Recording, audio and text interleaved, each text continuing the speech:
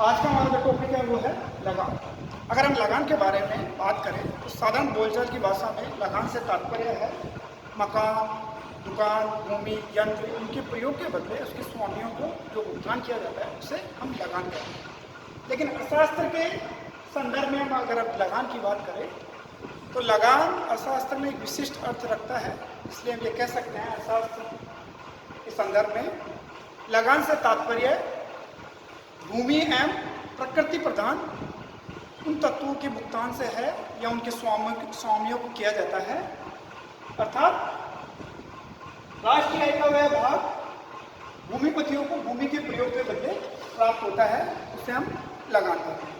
अगर हम बात करें अर्थशास्त्र के आधार पर तो प्रोफेसर मार्शल कहते हैं लगान भूमि या प्रकृति के अन्य उपहारों के स्वामित्व के कारण प्राप्त आय को लगान कहते हैं। अगर हम बात करें डेविड रिकार्डो प्रसिद्ध अर्थशास्त्री थे, उनके अनुसार लगान भूमि की मौलिक एवं अनिवासी शक्तियों के प्रयोग के बदले भूस्वामियों को दिया जाता है। अगर हम बात करें लगान के जो कुछ प्रकार है अर्थशास्त्र के आधार पर हम लगान को इन तीन तरह से विभाजित कर सकते हैं या इस लगान जो शब्दावली उसको हम समझ सकते हैं। पहली है कुल लगान, आर्थिक लगान और ठेका लगान, कॉन्ट्रैक्ट रेंट जिसे हम कहते हैं। कुल लगान होता है कुल लगान आर्थिक लगान एवं भूमि स्वामियों की पूंजी व अन्य साधनों के बदले जो भुगतानों का योग होता है उसे हम कुल लगान कहते हैं।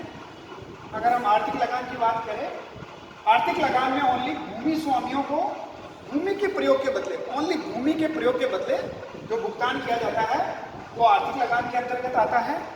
और अगर हम ठेका लगान के कॉन्सेप्ट को समझें, इस शब्दावली को समझें, तो ठेका लगान जो कृषक होता है और जो भूमि का जो स्वामी होता है उन दोनों के बीच कोई समझौता या कोई इकरार या कोई अनुबंध होता है, उसके आधार पर उसका विभाजन किया जाता है, तो वो कहलाती है कॉन्ट्रैक्ट रेंट। अब हम बात लगान के सिद्धांत की बात करेंगे तो लगान के सिद्धांत की जो हम अगर बात करते हैं तो इसमें दो सिद्धांत या दो खोजीज निकल के आती है। एक आती है डेविड रिकार्डो की लगान का सिद्धांत और दूसरा आता है आधुनिक सिद्धांत। आज की इस वीडियो में हम सिर्फ डेविड रिकार्डो के लगान के सिद्धांत की व्याख्या ही समझेंगे। वो इस प्रकार है, लगान के हम रिकार्डो के लगान के सिद्धांत की व्याख्या करेंगे। पहले डेविड रिकार्डो ये कहते हैं लगान के बारे में, अर्थात डेविड रिकार्डो के अनुसार लगान भूमि की उपज का वह भाग है जो भूमि की मौलिक एवं अनिवासी शक्तियों के प्रयोग के बदले भूस्वामियों को दिया जाता है। अर्थात रिकार्डो के लगान की जो व्याख्या की है उन्होंने दो तरह से की है, भूमि के संदर्भ में की है। पहला है विस्तृत कृषि और दूसरा है गहन कृषि। सबसे पहले हम लेंगे विस्तृत कृषि। डेविड रिकार्डो ये कहते हैं कि सबसे पहले कोई भी कृषक है, जनसंख्या तो वह भाग जहां पर कृषि करेगा वो सबसे अधिक उपजाऊ भूमि पे करेगा। कहने का मतलब है भूमि को चार तरह से वो डिवाइड करेगा कैटेगरी वाइज। एक कैटेगरी यानी कि सबसे अधिक उपजाऊ भूमि, सबसे अधिक उपजाऊ भूमि कृषि करने पर वहां पर उत्पादन की जो लागत है वो कम होती है। फिर जैसे जैसे जनसंख्या बढ़ती जाती है, जनसंख्या बढ़ने के कारण कृषि का उत्पादन बढ़ाने के लिए या उसका विस्तार करने के लिए एक कैटेगरी की भूमि से यानी कि अधिक उपजाऊ भूमि से उससे कम उपजाऊ भूमि पर कृषि की जाती है। इस तरह से फिर अगर उत्पादन बढ़ता है, जनसंख्या में वृद्धि होती है, बी कैटेगरी, फिर सी कैटेगरी और लास्ट में जो भूमि का टुकड़ा होता है वो आता है सबसे कम उपजाऊ यानी बंजर भूमि जिसे हम कहते हैं, या सीमांत भूमि या लगान रहित भूमि हम उसे कहते हैं। अब इसे हम एक चित्र की सहायता से या एक वक्र की सहायता से आसानी से समझ सकते हैं। हमारे सामने ये जो डायग्राम दे रखा है इसमें ओ एक्सेस और वाई एक्सेस। ओ एक्सेस पर भूमि की श्रेणियां हैं कैटेगरी में ए, बी और सी और डी। ओ वाई एक्सेस पर उत्पादन की मात्रा दे रखी है प्रति एकड़। सबसे पहले एक कैटेगरी की जो भूमि है यानी सबसे अधिक उपजाऊ भूमि, उस पे प्रति एकड़ जो उत्पादन है वो है 30 क्विंटल। फिर बी कैटेगरी की भूमि, उस पे जो उत्पादन है वो है 25 क्विंटल। इस तरह से सी कैटेगरी और लास्ट में है डी कैटेगरी। डी कैटेगरी एक ऐसी भूमि है जिस पर कोई लगान प्राप्त नहीं होती है, अर्थात उसे हम सीमांत भूमि या लगान रहित भूमि कहते हैं। कहने का मतलब यह है उपज का उत्पादन की लागत से उत्पादन की मात्रा का जो आधिक्य होता है वह लगान कहलाती है। अगर हम बात करेंगे विस्तृत कृषि के बाद गहन कृषि में, अब हम गहन कृषि के अंतर्गत, गहन कृषि में क्या होता है, जो लगान में जो आधिक्य निकल के आता है वो भूमि की उर्वरा शक्ति के कारण नहीं, बल्कि भूमि और श्रम की इकाइयों में वृद्धि करने के परिणाम स्वरूप एक निश्चित परिस्थिति के बाद सीमांत उत्पत्ति ह्रास नियम लागू होता है, जिसके कारण लगान की उत्पत्ति होती है। हम ये कह सकते हैं जब भी भूमि के एक टुकड़े पर श्रम और पूंजी की मात्रा में उत्तरोत्तर वृद्धि की जाती है, त्यों एक निश्चित अवस्था के बाद सीमांत उत्पत्ति में ह्रास होता है।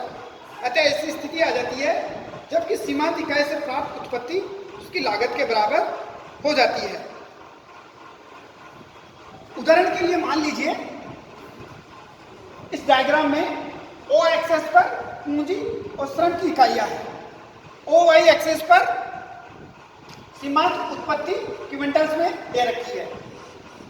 हम देखते हैं जैसे ही पूंजी और श्रम की इकाई बढ़कर पहले 1 होती है तो कुल उत्पत्ति उसकी होती है 25 क्विंटल। ए श्रेणी की भूमि की हम बात कर रहे हैं। यहाँ पर पूंजी और श्रम की अगर इकाई की जाती है, भूमि का जो टुकड़ा होता है एक ही होता है, लेकिन उसमें पूंजी और श्रम की इकाइयों में जैसे जैसे हम वृद्धि करते जाते हैं तो एक निश्चित सीमा के बाद सीमांत उत्पत्ति ह्रास नियम लागू होने के कारण सीमांत इकाइयाँ होती है, जिसे हम लगात रहित भूमि या सीमांत भूमि जिसे हम कहते हैं। जैसे ए श्रेणी की भूमि पर पूंजी और श्रम की एक इकाई लगाई जाती है तो लगान है इस चित्र में 25 क्विंटल।